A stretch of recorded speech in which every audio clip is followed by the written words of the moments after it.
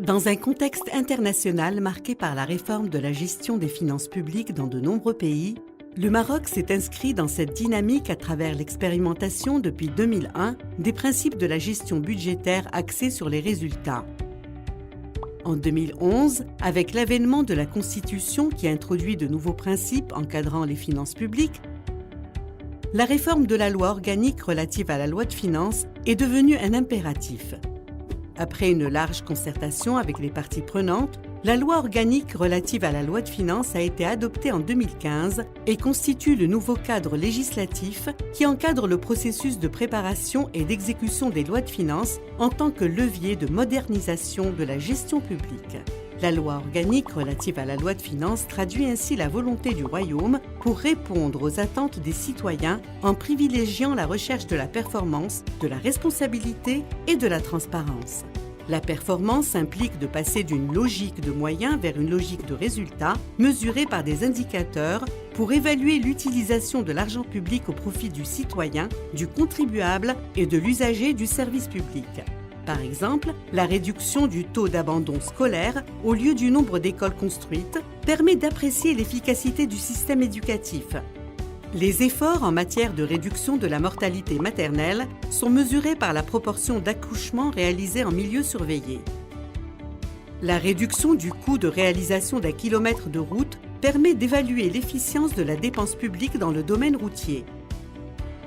La réduction du délai de délivrance des documents administratifs permet d'apprécier la qualité du service rendu aux citoyens. Pour s'inscrire dans cette logique de performance, chaque ministère présente son budget avec une projection pluriannuelle sous forme de programme décrivant une politique publique en fixant les objectifs attendus et les indicateurs de mesure des résultats dans un document intitulé « Projet de performance ». Pour garantir l'atteinte de ces résultats, les gestionnaires publics bénéficient de plus de liberté dans la gestion de leurs crédits et disposent d'outils de gestion tels que le contrôle interne, l'audit interne et le contrôle de gestion.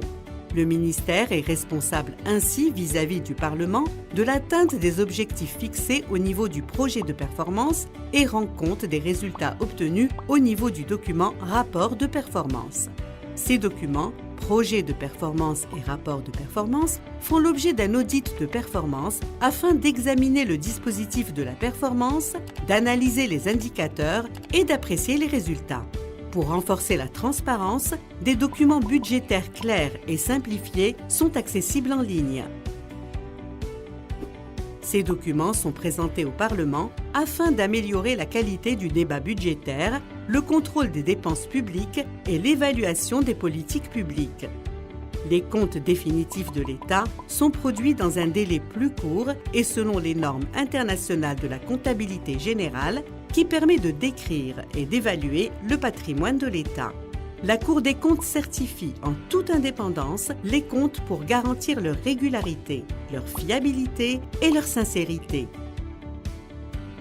À travers la mise en place des principes de performance, de responsabilité et de transparence, la loi organique relative à la loi de finances met les bases d'une réforme globale d'un État soucieux des préoccupations des citoyens et constitue une locomotive pour un développement durable et une croissance inclusive.